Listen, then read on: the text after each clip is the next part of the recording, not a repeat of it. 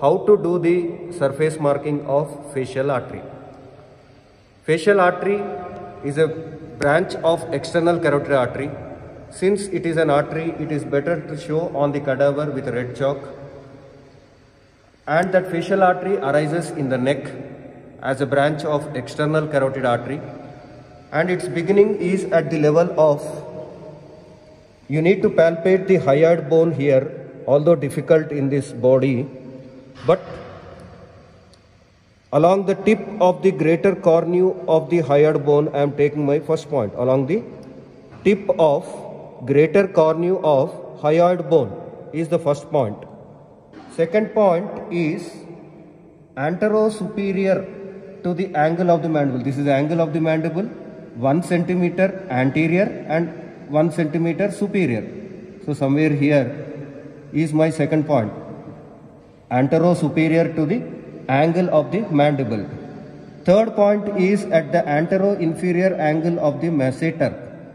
This is the third point, at the antero-inferior angle of the masseter. See, masseter muscle is best palpated by clenching the teeth in the living. Now I am clenching my teeth. This is the antero-inferior angle of the masseter. This is the masseter muscle and this is the antero-inferior angle. But in the dead, since we can't do that, I am taking roughly this point as the antero-inferior angle of the masseter. And fourth point is 1 centimeter lateral to the angle of the mouth. Is it clear? And the fifth point is at the medial angle of the eye. So join all these 5 points. I repeat, the first point is at the tip of the greater cornu of hyoid bone. Second point is 1 centimeter antero-superior to the angle of the mandible. Third point is at the antero-inferior angle of the masseter muscle.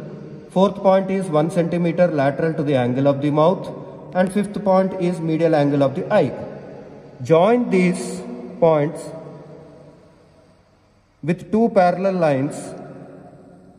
Join these points with 2 parallel lines of 2 to 3 mm apart with slight convex tortuosity. Since it is artery which is tortuous, you know the reason why. And that overall represents the course of the facial artery on the surface of a body. Thank you.